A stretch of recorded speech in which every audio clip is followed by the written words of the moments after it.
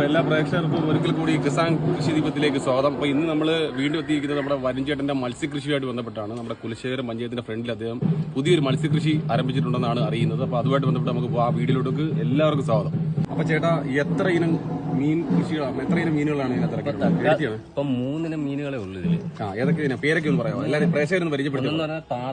താറോണിയ ഉണ്ട്, പിന്നെ കട്ടറോനിയ ഉണ്ട്, പിന്നെ മുള്ളേനിയ ഉണ്ട്. ഇത് 3 ഇനമാണ്. അപ്പൊ ഇതിനകത്ത് വിളവെടുപ്പൊക്കെ എങ്ങനെയാണ്? ലാഭമുള്ളതാണ്? വിളവെടുപ്പെന്ന് പറഞ്ഞാൽ നമ്മളിപ്പോഴേ ഇല്ല. കാര്യം എന്ന് വെച്ചാൽ ഇതിപ്പോ നമ്മൾ ആയി വരുന്നുള്ളൂ. ഈ ട്രോള് പിരിക്കുന്നതുമായിട്ട് ബന്ധപ്പെട്ടൊരു ആക്ഷേപമുണ്ടോ? അത് ഈ കുളത്തിൽ നിന്ന് രക്ഷപ്പെട്ട് വരുന്നവർക്കേ ഉള്ളു ട്രോള്.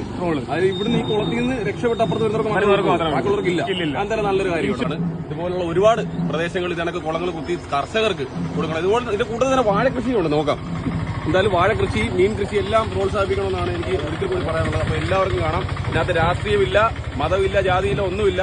ഇത് നന്നാക്കുക എന്നുള്ള ഒരു ഉദ്ദേശ ലക്ഷ്യത്തോടു കൂടി മാത്രമാണ് ഈ ഒരു വീഡിയോ ചെയ്യുന്നത്. എല്ലാവർക്കും ലൈക്കിനും വേണ്ടിയുമല്ല.